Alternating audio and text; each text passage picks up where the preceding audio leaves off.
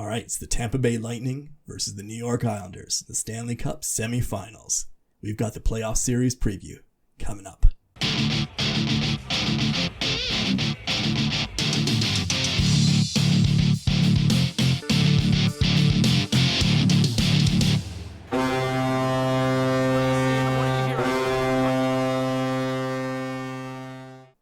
All right, folks, this is it's semifinals time. It's all down to this now. We got 4 teams left. We've got a couple great series coming up. And I'm just going to start off right out of the gate by saying I don't totally understand. Before we get to the breakdown, I'm going to do a full breakdown here in a couple minutes. Look at all the stats and look at all the by category, the breakdown between these two teams. But let me just start off by saying I don't totally get what's happening. And what I mean by that is when you look at the odds makers, you look at some of the pundits, so people are saying, and I understand that the Tampa Bay New York series is maybe not tilted as far in terms of people's opinions as the other series when you're looking at Montreal versus Vegas, but there's still a very clear perception that there's an imbalance, a significant imbalance between New York and Tampa, and that it tilts way down. The ice just leans deeply in the direction of favoring the Tampa Bay Lightning. Yeah, I get it. The Lightning are probably the stronger team, and you know, the fact that the odds are favoring Tampa, I get that, and it's understandable. But I think when you actually dive into the numbers and look at this in detail, I think you'll agree with me in a few minutes that Tampa Bay, while favored to win this series, they're maybe not quite as strongly out front of the Islanders as what maybe some people are saying. Okay, so let's dive into the first category, and that's offensive firepower. Now, when it comes to offensive firepower, the first takeaway here is that both of these two teams in both of their first 2 series this year in the playoffs were outshot by their opponents. Now I get it. Shots are not goals, but you don't get goals without shots. And that's the thing that is really intriguing here. And this is, I haven't actually gone through and done a deep dive into the history of this particular question. I'm sure there's somebody out there that's got the stats on this, but how often does it happen that 2 teams meeting in the semifinals have both been outshot in both of their previous 2 playoff series by their opponents? And we're not talking about small numbers here. New York Islanders against Pittsburgh in the first round, outshot 231 to 187. We're talking a differential of 44 shots. It's pretty significant.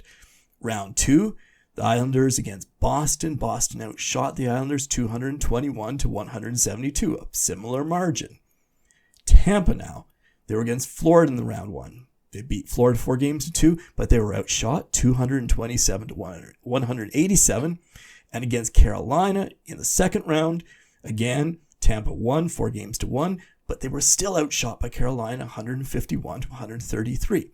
Now, what does that tell us? We've got 2 teams here that are relying pretty heavily on their goaltenders, and that's a risky way to play. That's a risky way to go through the Stanley Cup playoffs for sure. You would expect at this point, yes, they always say it, you're not going to get far in the playoffs without strong goaltending. But when you are allowing yourself to be consistently outshot game after game against your opponent, sooner or later that's going to come home to roost. I think the takeaway from this particular one is both of these teams are vulnerable when it comes to offensive firepower. They're not getting the shots. Now, in the regular season, Tampa had an advantage there. New York certainly was not as strong as Tampa, either in terms of total shots. Tampa had a season-long about 70 shot advantage over New York. And in terms of actual production of that, Tampa had the clear advantage in terms of total goals, 180 to 152 during the regular season. So I'm going to have to give this category to Tampa. I'm going to give it 8 points to 6 over New York Islanders. But at the same time, I think we have to acknowledge that neither team is a runaway in terms of their offensive potential, their firepower potential. Now, of course, with Tampa, you've got this question about Nikita Kucherov coming back. That's in the mix, and we'll get to that in just a minute. Okay, the next category we're going to look at is defensive reliability. What do you have on the blue line? Which team is more vulnerable on their own end of the ice? Now, this one's an interesting category because during the regular season, Tampa Bay while they had a lot of goal production, they weren't so stingy on the blue line. They had 145 goals against. They showed some vulnerability there.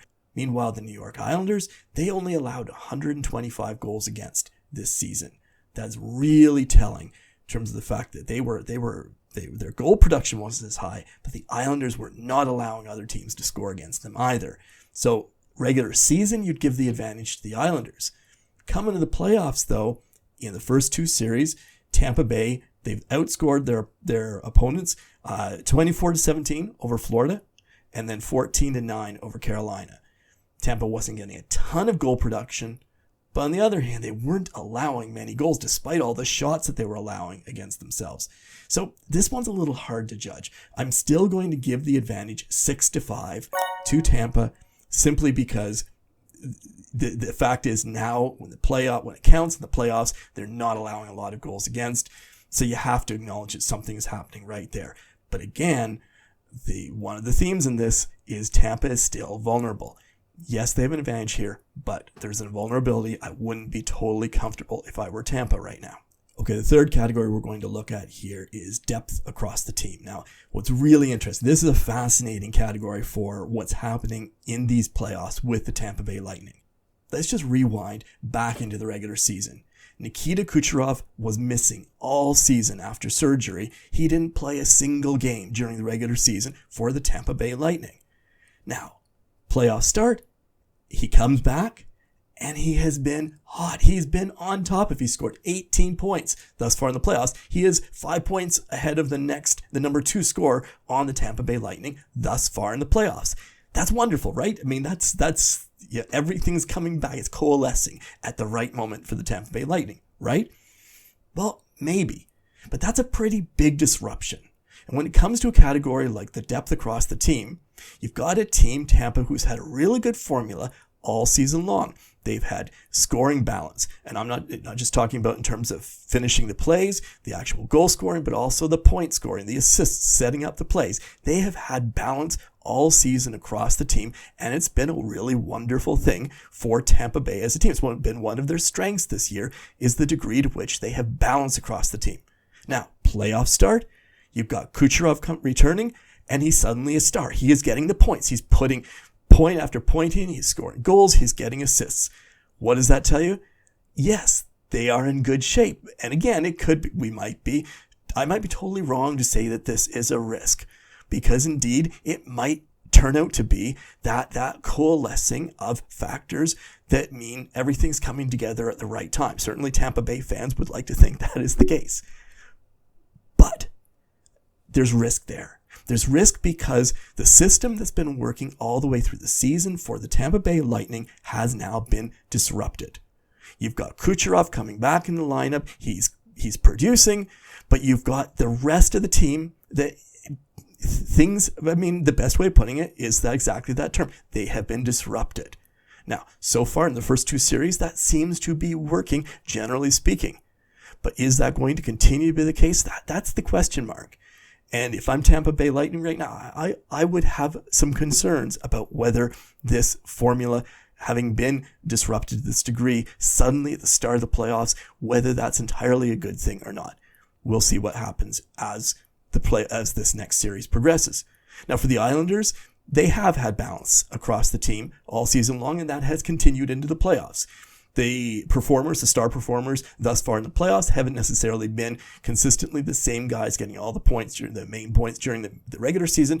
But again, this is a team that has had a fair degree of balance across the team. And if you look at up and down their score sheet through the regular season, their number 10 guy, for example, is scored about half of the number of points as their number 1 guy. That says something about balance, and that's a good ratio when it's about a 2-to-1 ratio between number 1 point scorer and number 10 point scorer. It says it's a team that's got a fairly good balance. The Islanders do have that balance, and there hasn't been this recent disruption. So this is a good problem to have in a sense for Tampa, but we're going to see how it plays out, whether it continues to be a good problem to have. So for depth across the team, I'm going to give that a 6-6. I'm going to tie the two teams on that one because they have depth. Both teams are stronger across their third and fourth lines than, for example, Toronto or Edmonton, who rely too heavily on their first couple of lines. These are teams that do have depth and depth into the third and fourth lines. I would say that this is a wash. We'll see, though, what the Kucherov factor continues to be in this next series into the semifinals. Okay, the fourth category we have is current condition of the team. Now, this one's interesting. You've got two teams that for the going to the third round, going to the semifinals, which is normally a time where injuries have started to pile up. And if you look at some of the other teams in recent years that have been going into the semifinals, they historically would have more injuries at this point than what you're seeing between these two teams. In fact, Tampa is actually in pretty good shape overall. And then with the Islanders, they're only missing Anders Lee and Oliver Wahlstrom. Those are going to be misses. Those are, both Lee and Wahlstrom are players who did while they were active in the regular season, and in Wahlstrom's case, early in the playoffs, you had some production there. They were important players in the lineups in the Islanders lineup. They'll be missed, and I think that the Islanders they're at a little bit of a disadvantage compared to the Lightning in terms of the current condition factor, but both teams, I think, overall are not in such bad shape. So I'm going to give this one an 8-7 score advantage, Tampa. Okay, finally we come to the goaltending category, and this one's fascinating because both teams have outstanding goaltending. But the fascinating difference is that in Tampa Bay's case, it's all coming down to Vasilevsky, and if he's healthy and he's going forward, he's getting about a 93% save average right now. If he does continue to be healthy and he can handle all the games, then Tampa Bay is in really good shape under his leadership between the pipes. In New York's case, they're splitting time between Varlamov and Sorokin. Will this be something that they can maintain? This is an odd situation to have two players in the first couple rounds of the playoffs, two netminders who have split time fairly evenly, and they've been splitting time and keeping a roughly the same save percentage, 92, 93%, as what Vasilevsky's been putting up for Tampa Bay. That's why these two teams are right now still in the playoffs, because certainly with the as I mentioned before, the shots against, with both of these teams having been outshot in the first two rounds, you wouldn't have the possibility of going forward into the semifinals, into the third round, if it weren't for the fact that they were both having the leadership in net that they're getting. They're getting really solid backstop from I was going to say these two goaltenders, from these three goaltenders.